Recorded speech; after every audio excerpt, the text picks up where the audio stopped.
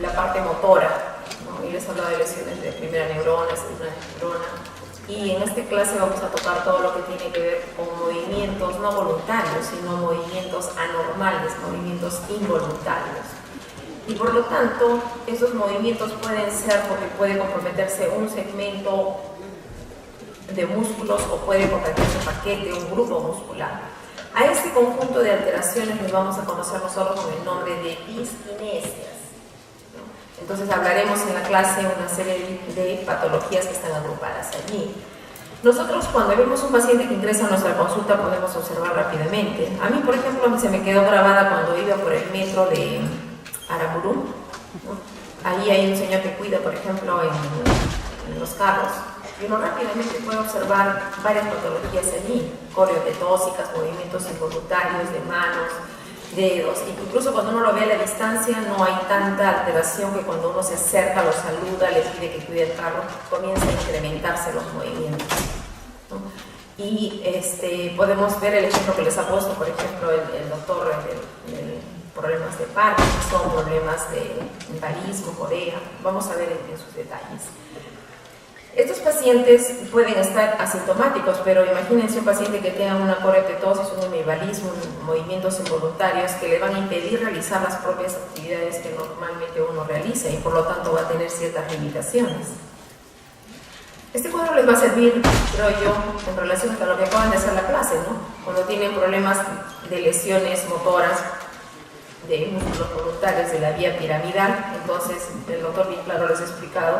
Y les remarco aquí, lesión de primera neurona, les hablo de espasticidad, ¿no? Ya está establecida la lesión de primera neurona, no solamente hay hipertonía, hiperreflexia y espasticidad. Pero ¿por qué les hago el hincapié aquí? Porque nosotros vamos a ver las lesiones que se encuentran debajo de la corteza, o sea, a nivel de los ganglios basales. Y para que se realicen los movimientos, se inicien los movimientos, entonces van a haber una serie de alteraciones que se van a observar aquí, como son las diskinesias que les he observado, que les he explicado al inicio, y ahí incluiremos todas las patologías como corea, atetosis, mioclonías, los tics, las distonías.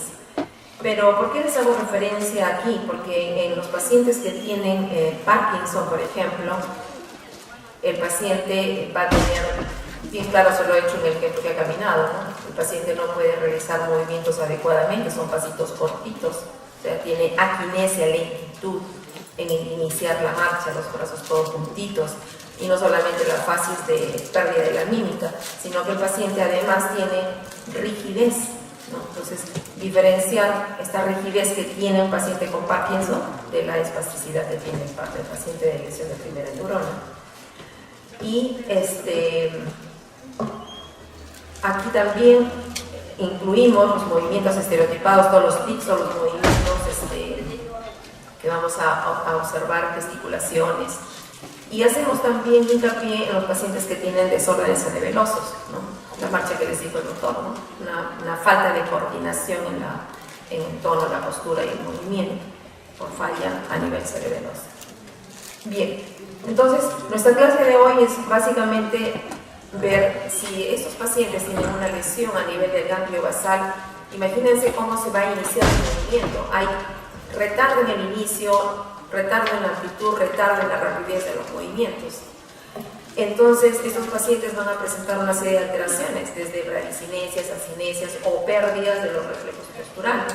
Y también se van a activar anormalmente el sistema motor, como lo que les enseñó en la gráfica, y aparecerá por rigidez, temblor y movimientos involuntarios. Entonces, hacemos aquí un recuerdo. Aquí tenemos los ganglios basales, recordando el tálamo, tenemos el pitame, los ganglios basales, el globus pálido, el tálamo, el subtálamo, la sustancia nigra. Entonces, fundamentalmente lo necesitamos que estén sanos para que nuestros movimientos se inicien adecuadamente y correctamente. Ahí tienen otra imagen. Ahí tienen otra imagen en un corte que les hago nuevamente hincapié, porque imagínense que un paciente tenga un ACV hemorrágico y que comprometa toda esta área. ¿Qué tenemos aquí? Aquí tenemos la cabeza del núcleo caudado, acá tenemos el globus pálido, la lesión articular, el tálamo. Imagínense que el paciente tenga un ACV isquémico hemorrágico que comprometa toda esa área. Entonces, es muy importante tener en claro la anatomía. El cerebro, la clase anterior ha sido de todos los movimientos voluntarios a través de la vía piramidal, pero hay una serie de lesiones córtico-estriadas que van a tener que activarse a nivel de todos estos tractos van a pasar por el brazo posterior de la cápsula interna y harán pues todas las conexiones con los ganglios basales a través del cuerpo estriado. Entonces, en resumen, queremos iniciar unos movimientos adecuados, tener una buena postura, que nuestros movimientos voluntarios, o sea, lo que yo quiera hacer a través de mi vía directa se pueda realizar, y también se pueda inhibir lo que yo no deseo hacer a través de mi vía indirecta. Y también estos ganglios basales me van a permitir recordar, por ejemplo, yo aprendí a tocar piano a los 5 años y no lo volví a tocar hasta los 50, pero todo eso se programó, se ejecutó, esos movimientos somáticos aprendidos y quedan grabados allí. Entonces vuelvo contra un piano y me siento y volveré a tocar. Cuando yo evalúe a los pacientes con movimientos anormales, movimientos involuntarios, voy a observar. Nuestra ectoscopía es importantísimo. Movimientos, por ejemplo, rápidos de brazos, de manos, de pies, cuentadedos, me van a dar la idea de qué es lo que estoy observando en mi paciente.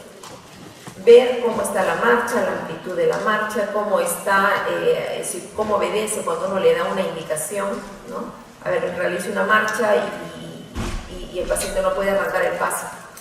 Y a través de la ectoscopía yo puedo observar. Y si observo además de ello que hay cuentadedos, movimiento de dedos, solamente como si estuviese contando monedas, y una fase totalmente inexpresiva, y estoy hablando de un paciente probablemente con Parkinson.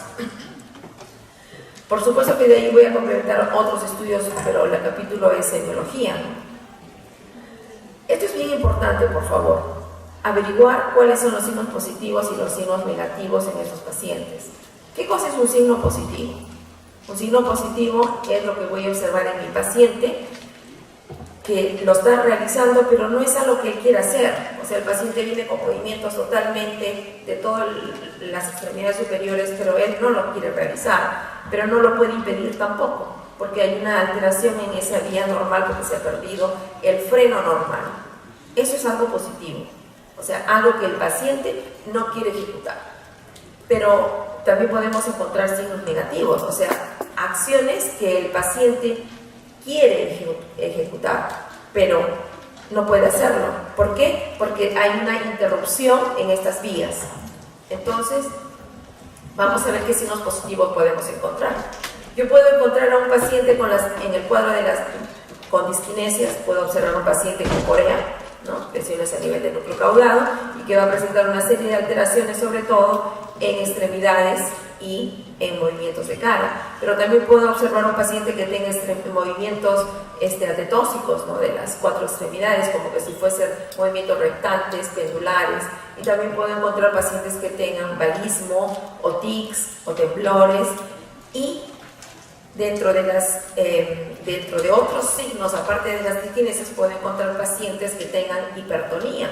En el caso, por ejemplo, que les puse del paciente con la rigidez por paciente de Parkinson, que también se le conoce como el paciente tubo de plomo, porque cuando quiere realizar los movimientos uno tiene que tratar de vencerlos para que a través de, incluso se observa otro signo más, que es el signo de la rueda dentada. Esos son signos positivos, que el paciente no quiere realizarlos, pero no puede impedirlos. Ahora veamos los signos negativos. Los signos negativos dijimos que son ¿qué? Los movimientos que el paciente quiere hacerlos, pero no puede.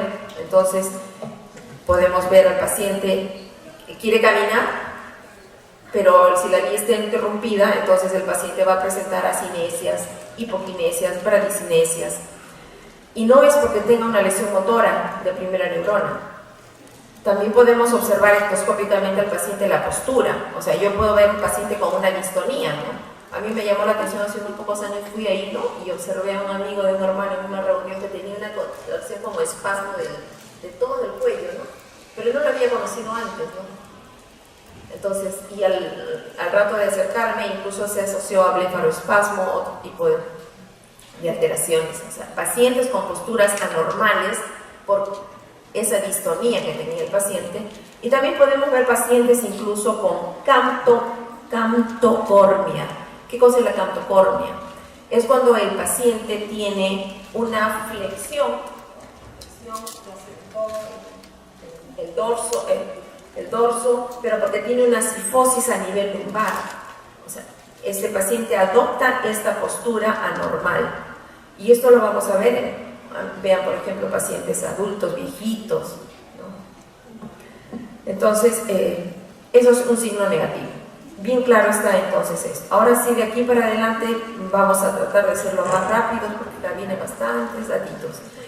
En los pacientes con diskinesias, vamos a tocar, por ejemplo, el paciente con corea. Los movimientos de un paciente con corea es fácil reconocerlos, son rápidos, son contracturas espasmódicas, y ya les dije, toma fundamentalmente cara e extremidades. Y pacientes con temblores, por ejemplo, tienen ustedes pacientes metabólicos con temblores de manos. El movimiento del temblor es algo que tiene un ritmo y es una oscilante. El paciente que tiene atetosis, y les decía que es como si fuese algo tentacular, los movimientos son de las 4 extremidades, rápidos, es lento, pero tiene movimientos por las 4 extremidades como si fuese tentacular. El balismo son sacudidas sacudidas violentas de las extremidades, pero al mismo tiempo que hay contracturas, también las partes distales las tienden a distanciar. Esto vamos a ver con imágenes. Y los tics que pueden ser variados, y estos predominan pacientes en reposo. Cuando hablamos de pacientes con hiperkinesia, ahí vamos a observar a cualquiera de las diskinesias que les he hablado: la corea, la atetosis, el balismo, los tics. ¿Qué sucede aquí? Hay una lesión a nivel del núcleo subtalámico, no se puede inhibir la parte del tálamo motor, y por lo tanto este tálamo motor va a estimular a la corteza premotora y se va a producir el movimiento, pero todo en forma acelerada, en exceso. Ahí tenemos los movimientos anormales, todos los que les he mencionado: corea, balismo, atetosis, distonías, neoclonías, tremor y tics. Uno recuerda más con imágenes. Miren esta imagen en el lado derecho.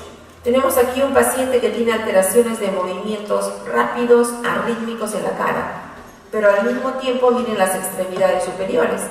Las extremidades superiores tienen movimientos rápidos, regulares, y en este caso estamos hablando de un paciente que tiene una lesión a nivel del núcleo caudado. Este es un paciente, o sea, el núcleo caudado es parte del núcleo estriado.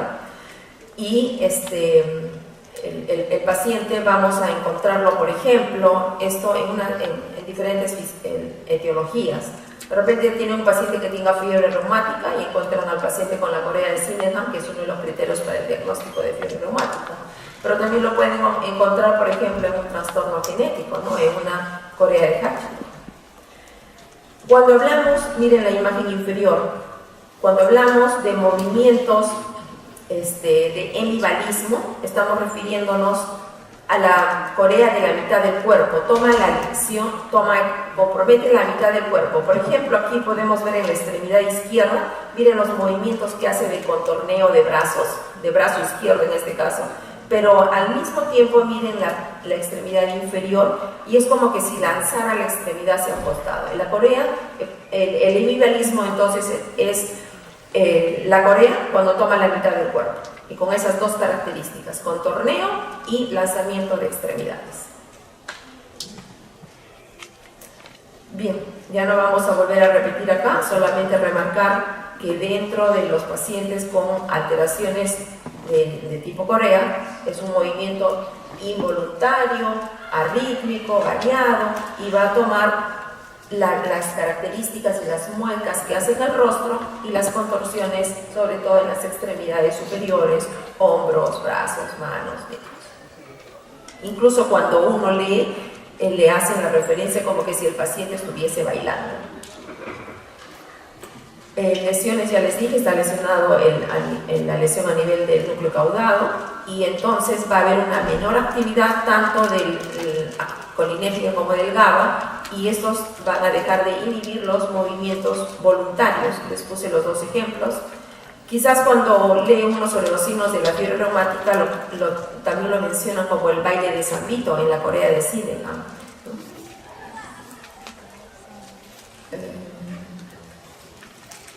Esto ya lo hemos referido.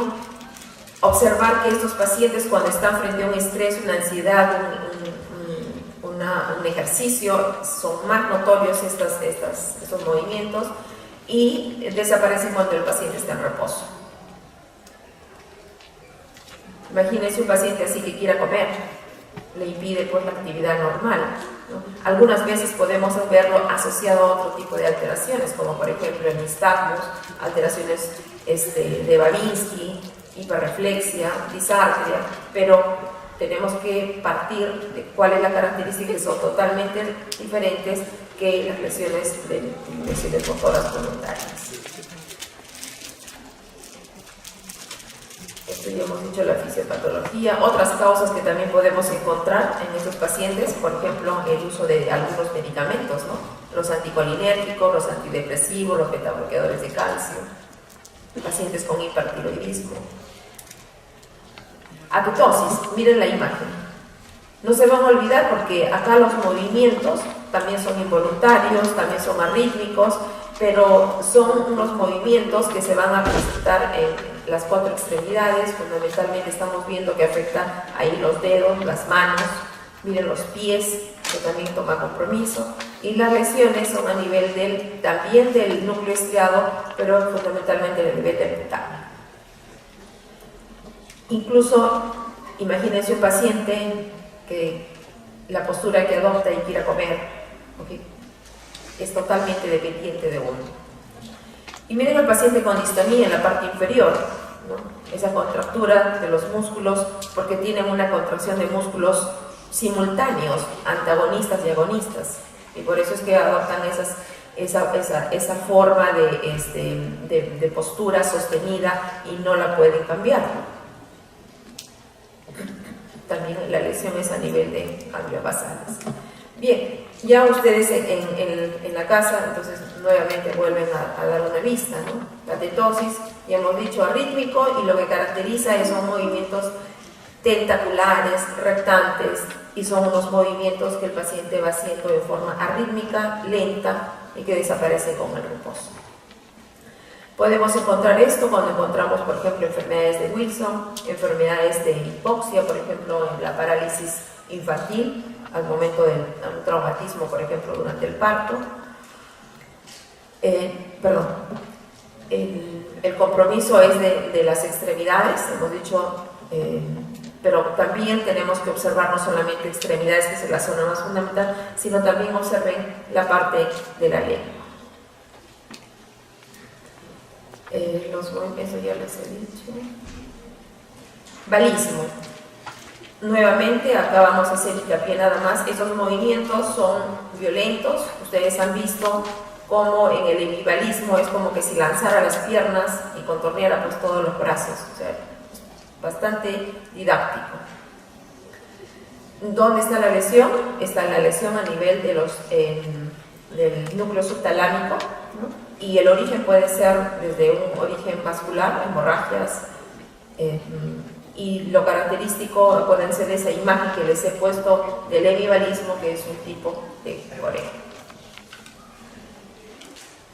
Entonces, en el hemibalismo, nuevamente, los movimientos que vieron ahí son violentos, son agotantes, desaparecen cuando el paciente está durmiendo, en el sueño. Las distonías, otro tipo de diskinesia, que son las contracciones que les había dicho de los